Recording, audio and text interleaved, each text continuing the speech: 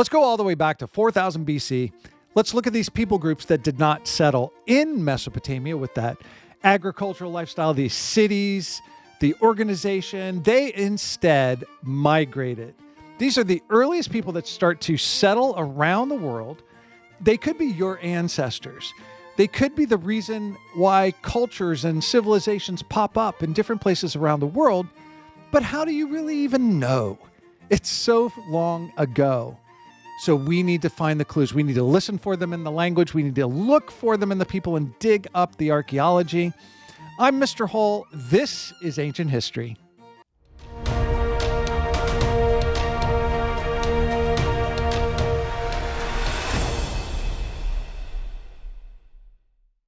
Welcome to Classical Kingdoms, where timeless stories reveal truth and wisdom for your journey. And this journey is to find the truth, to discern what really happened in these early migrations. These are people that are nomadic tribes. They're not the people that settled in Mesopotamia. Imagine that hot sun of 4000 BC. You smack your staff to guide the goats and the sheep, your livestock. You want to keep them on the path. You're a nomad. It's stinky, but you're used to it. You put yourself in this journey like it's one of your original ancestors.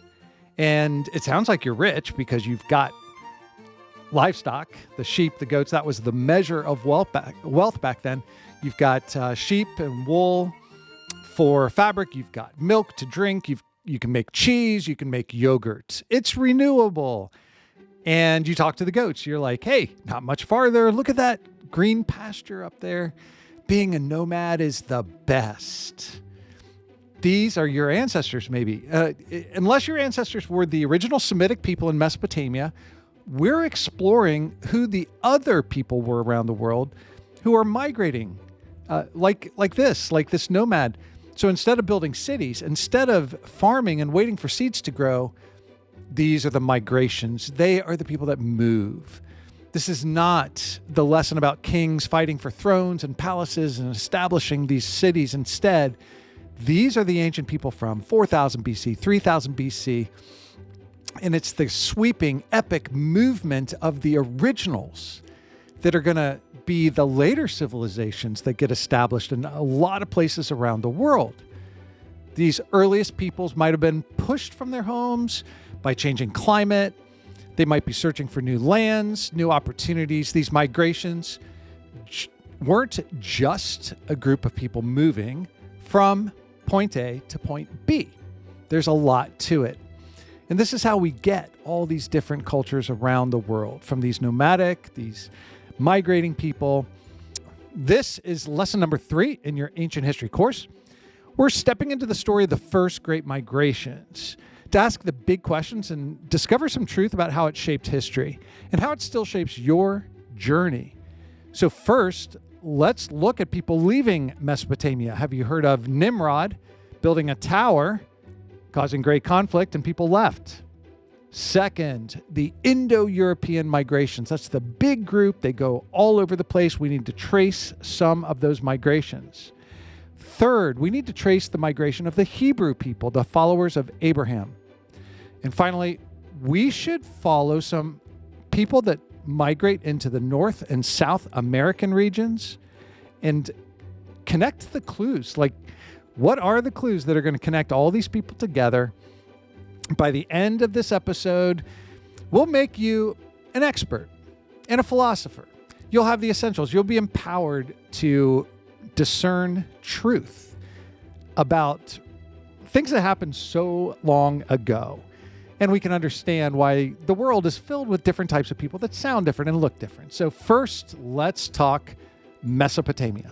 The story of civilization begins in Mesopotamia. It's the land between the rivers. It's the cradle of civilization. It's the rivers bringing water and life, farming in abundance, cities, ziggurats. Everything seemed complete. So why would you ever leave Mesopotamia? That's lesson 2. Well, then comes Nimrod, and he's just not satisfied with everything running so well. Nimrod, coming from Uruk, now has this grand idea about building a tower. a tower so significant it would make a name for himself. And he encourages all these people to join him, to make a name for themselves. Now, what do we mean by that? Making a name for yourself is another way of saying become a god, reach the highest level, divine status. Why not? All you got to do is build a tower that's tall enough, that's grand enough, and get enough people to follow you. Now, in this story about the Tower of Babel, that's what Bible believers, Bible readers would call it, the Tower of Babel, but it's referenced in many ancient texts. In one way or another, there is this desire to make a name for yourself, to become a god, to become someone who lives forever. In the story of Gilgamesh and his sidekick Enkidu, they searched the world on how you could try to live forever. You could have a name for yourself. And they found that you don't. You can't. So maybe this legend, this story, we've crossed over into some faith belief, some religious belief, as people look at this to say, that's not God. That's just someone trying to be God. That's someone being foolish or arrogant, someone that's not being virtuous. So let me share kind of a combination story about Nimrod. Nimrod was a strong leader, and he had people following him, and they were inspired by the idea that they could make a name for themselves, that they could challenge God's space somehow by building a tower that's tall enough. And this had something to do with the bricks. They've invented bricks. They've made uniform bricks. This is better construction. This is going to be a taller tower than has ever built anywhere before. This would be a way to make a name for yourself. And this appeals to people. And the concern that they would be forgotten and dispersed around the earth. Nimrod was trying to prevent this by creating somehow his own divine structure. Now, a lot of people point to a place south of Baghdad in Iraq, Etemenaki. Etemenaki is a Sumerian name, or it comes from a Sumerian name. There's a temple of the foundation of heaven and earth. And if it's built by men, by followers of Nimrod, what is that saying? In this particular ziggurat, it was dedicated to the Mesopotamian god Marduk in the ancient city of Babylon. And right now it's only in ruins. But when people look at this, they think this is maybe the tower that Nimrod created. And then there's a biblical account of the Tower of Babel that God will disperse these people and everyone is going to speak a different language. Different languages. And this is the type of story that appears in many different ancient texts and many different myths and legends. Why are there different languages in the world? And this is the explanation, one of them. Nimrod started with strength. He had people following him. They all wanted to make a name for themselves. They wanted to reach God's status.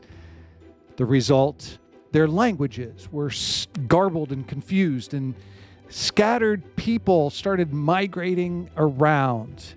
This could be the reason for people to leave Mesopotamia, could be the reason for different foreign languages. Because this type of legend and story appears in many different ancient texts, in different myths and different legends. It's viewed as a way to understand how early people developed different languages. Now, this would be a good time to build a skill. Let's have a skill builder about how to discern truth when you weren't actually there. Since I just brought up a lot of legends, biblical texts, it's referenced in the Quran, it's from the Torah, there are many cultures that have a belief like what the Tower of Babel says. And there's archaeological evidence that supports a location where it could work. But how much evidence do you need to discern truth? Let's take a time out for a skill builder. You're a classical history scholar. What do you do when you need to gather evidence, discern the truth, but you weren't there to see it yourself. Let's try an exercise right now. Can you figure out where I am? I'm Mr. Hull. This is Ancient History. This is a classical history skill builder. You are a classical scholar in the pursuit of truth, to see the good and experience the beautiful. So how do you gather and discern truth? You need evidence. And I'm giving you some evidence. It's July 11th, 2025. The evidence that you get most excited about as a classical scholar, the language. What language am I using? What do I sound like?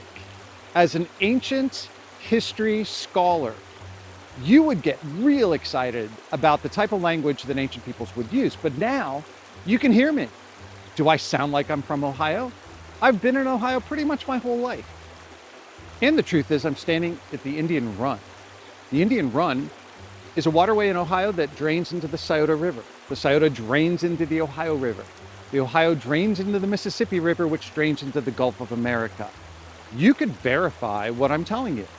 You could look on that as more evidence that I am being truthful. I'm from Ohio, I'm in Ohio. And what about the evidence of the vegetation? Could you verify the types of vegetation is native to Ohio? Hosta lilies. There's a lot of lilies out there. There's honeysuckle. There's viburnum, a willow tree, an ash tree. Is this enough evidence for you to believe that I'm telling you the truth? You could look up the weather almanac for July 11th, 2025. In Ohio, 85 degrees. And what time of day do you think this is? If I'm facing east, I'm looking downstream as the sun is hitting me. You could see the map.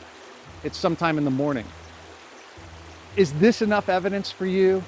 At some point, you decide the truth. You can discern the truth even when you're not here. You have to take faith and apply it to your discernment of truth. As you gather evidence, you have to use faith that the evidence points to truth. Faith is the substance of the good. The substance of all the good about the vegetation, the sunlight, what I'm telling you that it's in Ohio, the waterway. You can put all that together and say, there's a lot of good in substance and it's believable. We're not in Antarctica right now. You can tell that. And why wouldn't you believe that I'm in Ohio, July 11th, 2025? When you can piece together the substance of so much good, and it's evidence of things you're not here to see. Is it enough evidence at some point you have to discern the truth and say on faith that I believe that this is true? This is a classical history skill, and I hope this skill builder is going to help you because there's a lot of history for us to journey on. Come join me. Let's do it. There's a lot of confidence in the truth that can be discerned from Mesopotamia. There's a lot of archaeology, a lot of language, a lot of writing. In segment 2, let's leave. Let's go north. Let's look at the Indo-Europeans in the areas of Russia and Ukraine. And let's see that this core group of people is going to split off and go all different directions. We have a lot less evidence, a lot of theories, but we will need to be detectives. We will need to gather evidence and discern the truth as best we can. Indo-Europeans, this is the Yamna or Yamnaya cultures. Russia, Ukraine, north of the Black Sea. Indo-Europeans, this is kind of like the core beginning of so many different migrations that go in all different directions. So what kind of evidence can we learn from? How about Indian Sanskrit? Looking at the migrations, just one set of migrations that brought people out of this land area south towards India. And languages like Indian Sanskrit have little clues that make it like languages, Greek and Latin and even Celtic languages of the Indo-Europeans that might have migrated the other direction. By looking at little clues, there was this English judge who was looking for little clues. He was serving in India and had to learn all these different languages. This is in 1786. He was learning Sanskrit. He knew Latin. He knew Greek from his classical education. His name is Sir William Jones. He was educated, and then he, in his sense of wonder, realized that there's elements of language that were in common. And then these theories in the 1800s continued to develop, and that is why I'm teaching it to you now. These are just theories about where these people groups came from and how the migrations were happening. But ultimately, the geography would make sense on it. And they're traveling in this area that we're going to be looking at is the Silk Road, the connections between East and West. Where did the original Indian people come from for India? And are they related at all to some of the original Greek people? And from those little language clues, we can conclude there's some evidence that says that it is true, and that we could point to the Yamnaya, the Indo-European people. Let's check another place, Anatolia, Turkey, where Troy is. The Hittite people are the second wave of people. So who was there first? The Hatti. And the Hittites and the Hatti, we think we had conflict with them, but the Hittites merged cultures. At least they kept the city of Hattush, Hattusa. So we see evidence for all of these things. But who is stronger, the Hittite or the Hatti people? It's the Hittites. We see it in history. The Hittites were known to be a warrior group. They were strong, they won battles, and they built strong cities, and they were good at metalworking. And we're going to see them later on as something of a superpower. Not huge, but they're important. Their culture strength is credited with their strong warrior culture. And they will eventually be the first to work with iron to bring us out of the Bronze Age into the Iron Age. Another branch of the Indo-Europeans, the Indo-Aryans. They are migrating south into India. They're going at a time when some of the civilizations on the Indus River were collapsing. So they could come in at a point of strength as pastoral tribes. They're filling a void. Their culture, their religion is now being captured in some sacred texts that are developing called the Vedas, the Vedic people, blending with local traditions. They're creating the foundations of classical India and the Hindu faith. It is amazing to think all these different migrations, they're your ancestors. And we should wonder and figure out which ones connect. And we should be trying the language, find the language connections, but there's going to be other things too.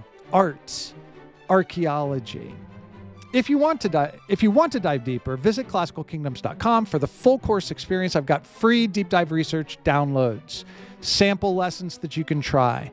Don't miss out on the full course experience because there are 72 lessons in this ancient history course. Or click the like button, be a subscriber because these lessons are free on YouTube. But don't miss out on the full course experience at classicalkingdoms.com.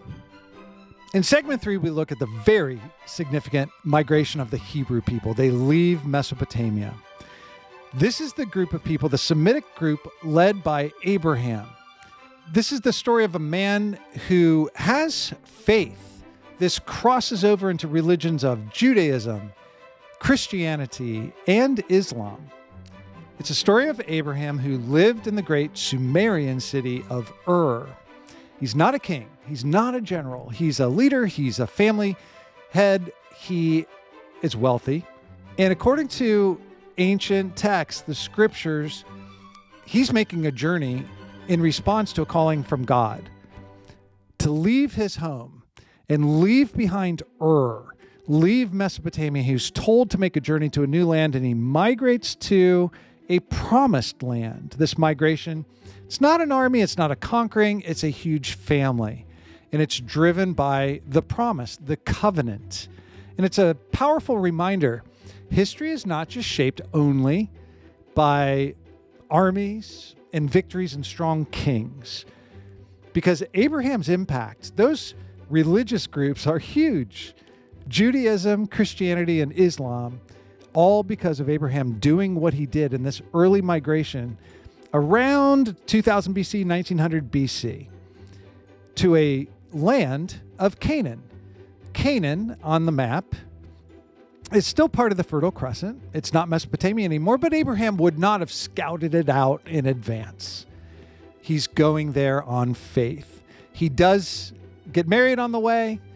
He builds his family wealth. We know that he is a significant leader and a significant man, and this migration is going to come up again.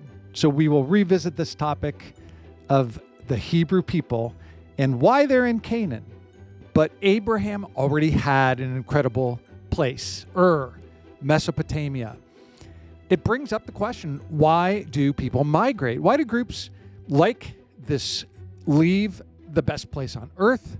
In this segment, we've been talking about Abraham, and it's a unique situation because of the religious and the faith component. So let's spend a moment summarizing the reasons why people groups migrate.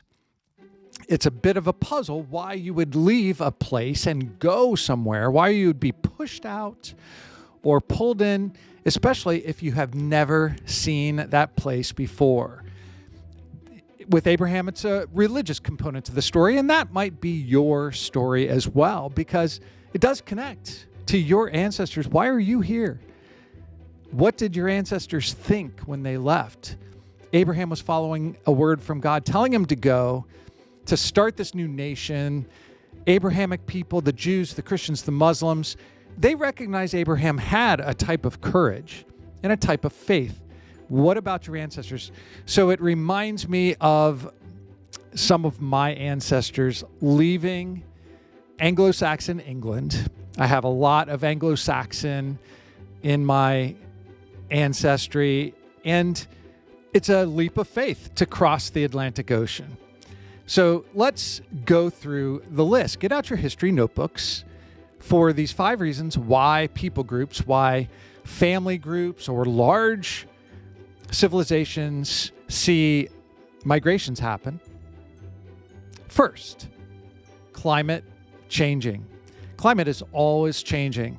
There's always effects of an ice age or a glacier or a volcano, or just changing weather patterns that make farming either easier or more difficult. Probably more difficult. Most of these stories of migration we have throughout history are people leaving because of tough conditions and searching for better conditions. So Indo-Europeans, they've come up a lot, could have been triggered by a drying climate around that Caspian Sea area.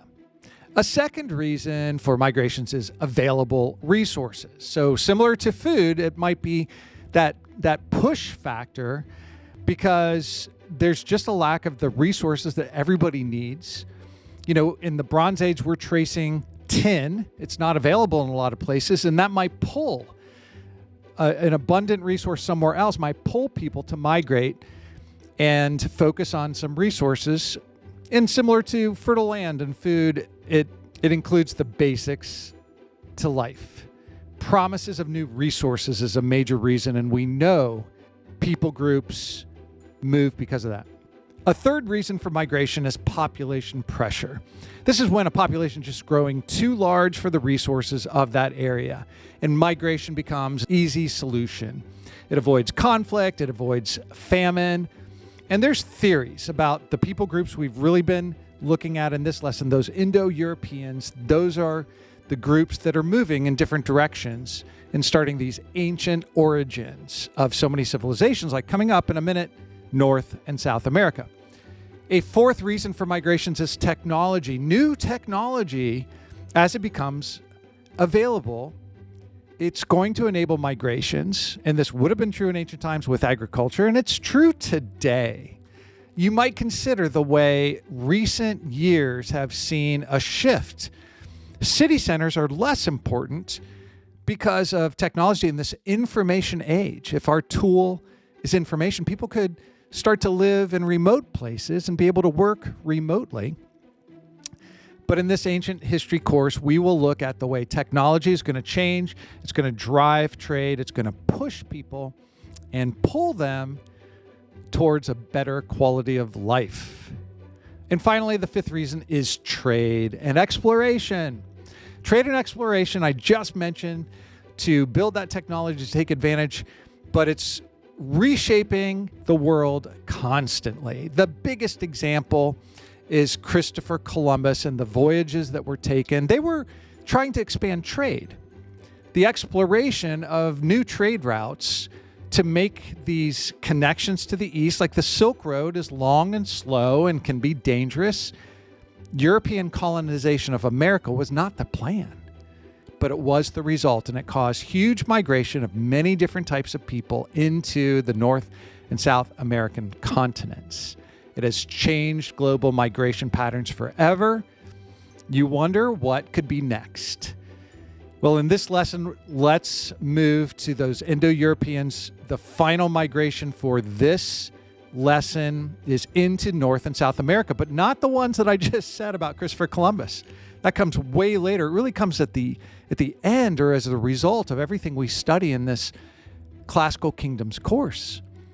This fourth segment is about the earliest settlers into North and South America.